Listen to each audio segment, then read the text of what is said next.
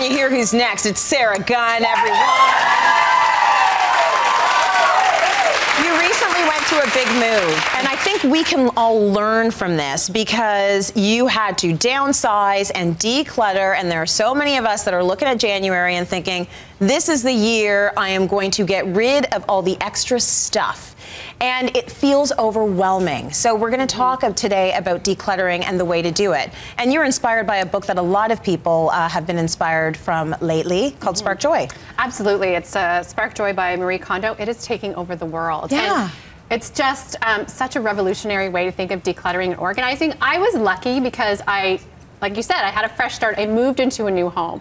So for me, it was easier. I made a conscious decision of only bringing things that I love into my new home. Mm-hmm. You know, I'm a little bit of a hoarder, kind of a little bit. I've shared things on the show that I've had for 30 plus years, but I've honed it down a lot. And there's something so empowering about only being surrounded by the things that you love. Right, and that's sort of the goal. That's what we're striving for. Exactly. You know, I've got a closet full of clothing, everything from size 4 to 14, and it's stuff I'm never going to be wearing again. We're going to talk about that. Why can't I let go? Well, this is it. And I mean, what I love about this book, and we were talking about this earlier, neither of us love reading nonfiction, particularly while I edited you, sorry. But I devoured this book because it's not so much about what you get rid of, it's about what makes you want to keep the things you have. And I think that that's so fascinating because it has to be items that bring you joy. Right. So if you think of clothing, if something you know, you wore it at an event and it made you feel so fabulous and so gorgeous, even if you're never going to wear it to another event again, it still brings you joy. You should keep it. Okay, good. She even suggests you could wear it around the house doing chores or something like that. Why not? I think my husband would really appreciate that. I'm sure he would. Right? Some of the gowns? Yeah, for Just doing a little light dusting. Exactly. So there is a whole process to this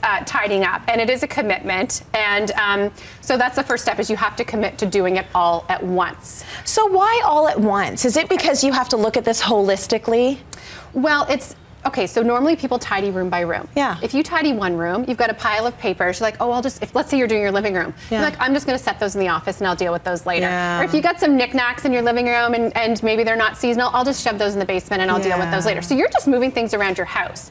In this concept, clothing's first. You get every single item of clothing from your entire house and you bring it into one room and you go through it all. Oh my gosh. I know. And then you move on to books, and then you move on to paperwork, then you move on to, she calls it kimono, which are like miscellaneous items in your home, and then you end with sentimental items. Okay. And the reason you end with those, there's a couple of reasons. One, if you're going through and you're coming across sentimental items as you're going, you're like, oh, remember this, I'm gonna look through my yearbook, I'm gonna, whatever. You know, just distract myself and not get the job done. Yes. But if you know you're gonna get to those later, you don't dwell on them in the moment, and you've gotten so used to editing that you're able to do it. Okay, so you're stronger at that point. Absolutely. These are good rules. I want to look at what we might be dealing with then when it comes to taking our mess and paring the whole thing down. Exactly. So now that you've gotten rid of a ton of stuff, you have to organize the things that you keep. Just keep your home bringing you joy. Yes. So this is a typical dresser drawer, probably here, that most of you have, where things are stacked on top of each other. If I'm honest, mine's probably more like that's how mine was. And then I try to shut it shut. And a little bit of that. Totally. Yeah. Yeah. So there you go. That's real life. But once you've edited, she's really passionate about organizing your drawers. I don't know if we can close this. Let's do that. Into compartments. Like this, and you can use store-bought. I heard angels sing. I know. Okay, take a look at this. But doesn't it make you happy?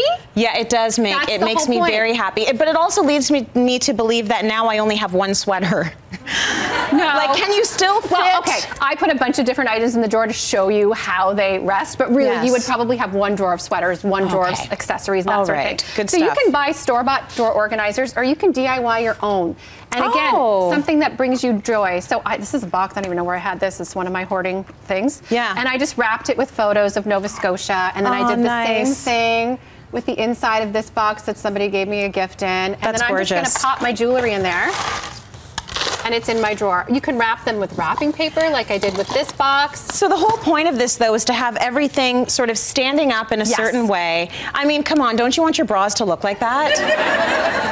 I want to get rid of all my bras now and buy these and put them in this box. She actually says your bras should really take a place of importance in your storage because they do a really difficult job. They do. You don't even want to know where mine are. Like they're not in a good spot. There's so much more to say about this topic, so we'll revisit it again and again, and I think just sort of chop it down into little pieces because I think a lot of people can learn from this.